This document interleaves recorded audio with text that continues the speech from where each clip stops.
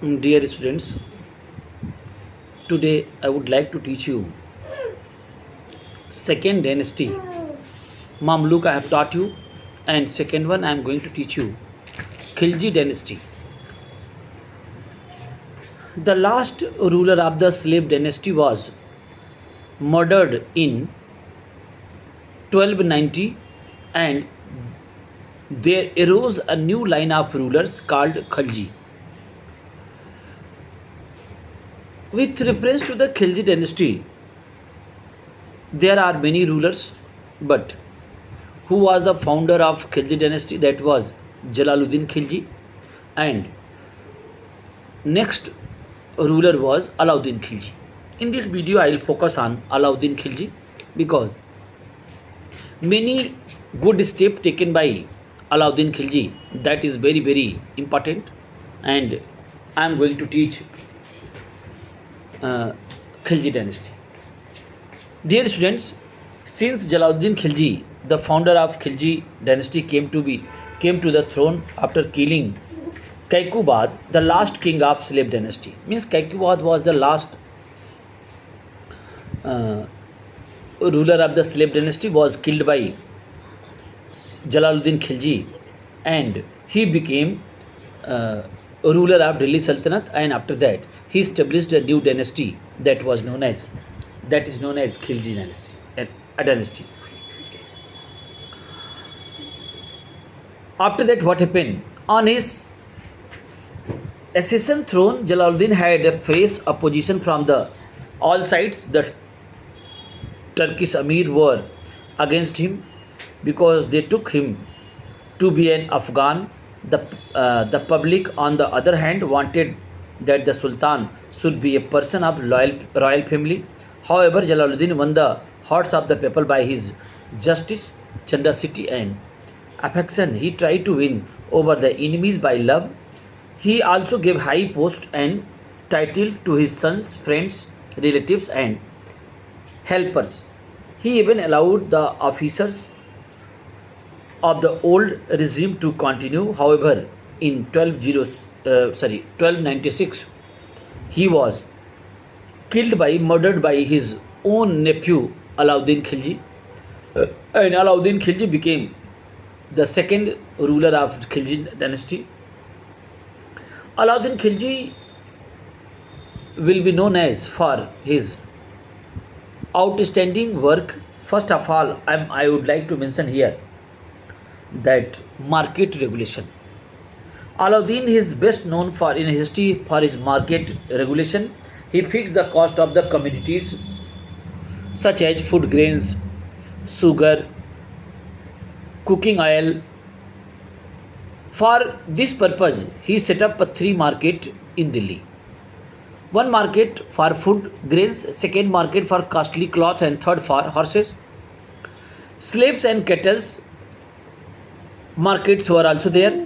Each market was put under the charge of controller of market Sahnai Mandi, which very strict punishment were prescribed for the cheating and underweighting the goods. According to contemporary historian Ziauddin Barni, I would like to mention one very important point. If any shopkeeper underweighted the goods, so what was the punishment? What was the process of punishment? The flush of means that flush will be taken out. Okay, means that this part will be cut. Okay, means that flush will be cut by Sahnai Mandi. So after that, what happened? Nobody had courage to do again. So this is very important. And next step taken by Alauddin Khilji, that was measures against nobility. Means how many nobles were there? They were very strong, and Alauddin wanted to control all nobility. So when Alauddin Khilji came to throne, he had to face series of rebellion from the nobles. So he took number of measures to crush their powers, and many points given in your book. Please pay attention. The nobles were not allowed to hold parties or festival or to form marriage alliance without the permission of the Sultan. Next, use of wine and intoxicant was completely banned. Gambling was forbidden, and gamblers were severely punished. He stopped paying the soldiers in land and introduced cash salary. And one more important point I would like to mention here. Tariq-e-Farishta means one historian is there. Farishta, he is written Tariq-e-Farishta in this book. He wrote that Alauddin had 4,75,000 standing army. So he had very big standing army. He established an effective spy system to keep check on the activities of the nobles. Now, next reforms that is very important. I would like to teach this military reforms. Alauddin Khilji was the first ruler of Delhi Sultanate. Led the foundation of the permanent standing army. He imported qualities horses and started the system of branding the horses. Means misusing of horses. Okay. How to stop the misusing of the horses? He introduced two systems, Dag and Chehra system. Dag means horses, means branding of the horses taken place so that the soldiers could not replace them with inferior quality horses. He also introduced the system of the Chehra. Means today Chehra means you should understand like this one, that your Mahansar having identity card. So if anybody will ask that how I can accept that you are Mahansar, so I have identity card if identity card will be shown by me, so there is no doubt. Okay, and I think my students are familiar about the identity card. If you are studying in any school, so school or colleges are there, they issued identity card, and in that identity card admission number will be there. So today in modern way many innovations are there, so easily we can make. But that time he introduced that Chehra system. Means how the soldiers will be identified. So credit goes to Alauddin Khilji. Means two new innovations taken place in army, and credit goes to Alauddin Khilji. First one, Dag and Chehra. Dag means branding of the horses, and Chehra means identification of the soldiers. He himself approved all the recruitment to the army and paid cash salary to the soldiers from the royal treasury. Next reforms done by Alauddin Khilji, that was revenue reforms. Alauddin Khilji introduced number of important measures to get maximum revenue. He brought all the lands of the empire into the direct control. He introduced the practice of the measuring the land and fixing the state share accordingly. Means how many lands were there, all lands measurement taken place, and accordingly the tax was decided. He increased the land revenue from 1/3 to 1/2 and demanded it to be paid in cash, not in kind. He also appointed a special officer to collect land revenue. Towards the end of his life, he was dominated by Malik Kafur, the commander. His commander, after many intrigues, the Khilji dynasty finally came to an end. The Ghazi Malik, the governor of Dipalpur, ascended the throne. Means after Khilji, Tughlaq dynasty came to existence.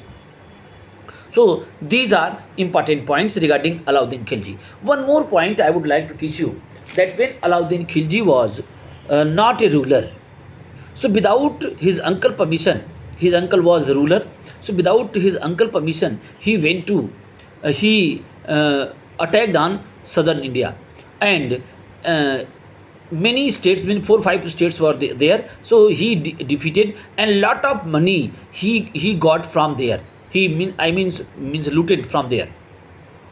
So with reference to the Deccan expedition, I would like to teach this point regarding Alauddin Khilji. That is very, very important. Alauddin Khilji was the first Muslim Sultan who attacked on southern India. After conquering the bulk of northern India, he went to Deccan under the Malik Kafur. By 1313, the kingdom of Devgiri, Barangal, Dwar Samudra and Madurai were conquered but not annexed. I would like to mention here, earlier in 1296, he attacked in Devgiri, and from Devgiri, lot of gold coins he got. And when he became Sultan, after that, he sent Malik Kafur as a commander-in-chief, and he sent to Deccan expenditure, and he defeated Devgiri, Barangal, Dwar Samudra, Madurai, but he was very, very competent ruler. He did not annex. In next video, I will teach you that Muhammad bin Tughlaq defeated southern Indian states and annexed also. After that, lot of revolt taken place in his empire. But Alauddin Khilji was very, very competent ruler, and what he had done, he defeated, but he did not annex the territory. Means he told to respective kingdom, you will be ruler, no issue, but you have to accept my sovereignty. Means I will be your boss and you are my subordinate. You have to pay tribute to me, and I will not interfere your internal matter. You have to only accept my sovereignty. So Alauddin Khilji did not annex these kingdom for two reasons. First, they realized that it would be particularly difficult to control their distance land from Delhi, because that time communication system was not very much developed. And second, he was more interested in acquiring the wealth of the Deccan kingdom for maintenance of the huge army. Thus, the rulers of the Deccans were forced to accept the lordship of Alauddin Khilji and to pay annual tribute to him. Only this much target was there, and Alauddin Khilji had strong standing army. And one contemporary source I have also taught you. According to historian Farishta, Alauddin had 4,75,000 standing army. About Alauddin Khilji, how many information we are getting? So sources I would like to mention that Ziauddin Barni also given information, Tarikh-e-Firoz Shahi, and Khazain-ul-Futuh. Means in Khazain-ul-Futuh, Amir Khusro wrote about the victory of Alauddin Khilji. So two important sources are there, and many other historians, modern historians also, like K.S. Lal, also written about Alauddin Khilji. Means he had done research on that topic, and lot of information he has given about Alauddin Khilji. Alauddin Khilji most important work, only means many works are there, but I would like to mention two. I am going to repeat you. First one, army reforms, Dag and Chehra system, and market regulation. His market regulation was outstanding. His market regulation was outstanding work done by Alauddin Khilji.